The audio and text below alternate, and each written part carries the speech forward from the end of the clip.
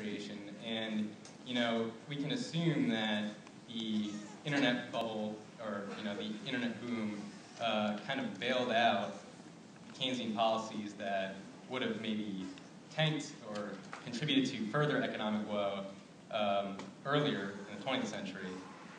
So my question is, what do you think the likelihood is that maybe the next, if we have another 5-10 years of momentum left, do you think that maybe in that time, the next technological boom, be it in energy or maybe healthcare, could again bail out their policies and maybe make their own policies irrelevant after a while?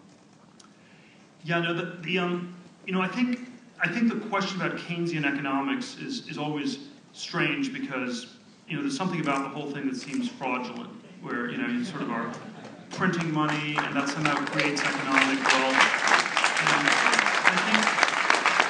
I think people, in most other times in history, would have thought this was just, a bizarre, crazy thing to do. There was the earliest bubbles in the history of the world were the Mississippi and South Sea bubbles, both in 1720. The Mississippi bubble was driven by this guy, John Law, who sort of came up with this idea that you could get rid of the gold standard, you could print fiat money, and you could create this great boom. And it was a boom and then a bust. And after that, no one wanted to talk about fiat money again for like 200 years. And I think France was sort of one of the last countries to go off the gold standard. Didn't really do it until 38 or 39.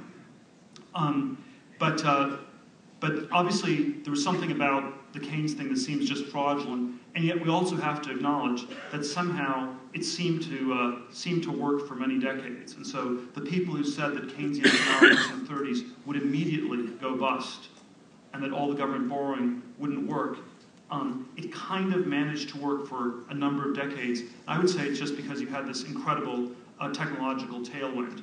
And if you have a big technological tailwind, it will power many economically delusional ideas for some time. Now, I would say that the first cut on it is that the tailwind, I think, is not really quite there anymore, and that's why Keynesianism produces nothing but bubbles. I think there was some innovation around the internet in the 90s. I don't think it was enough to create sustainable growth. Housing even less so, government even less so. And the problem on some level is not a macroeconomic problem. Again, the macroeconomic question is how much money should the government print? And I don't want to say that's an unimportant question, but I think the non-macroeconomic question is, again, what should you do? And that's the individual libertarian way to frame it. I think we need to de-emphasize macroeconomics, which was itself a Keynesian concept.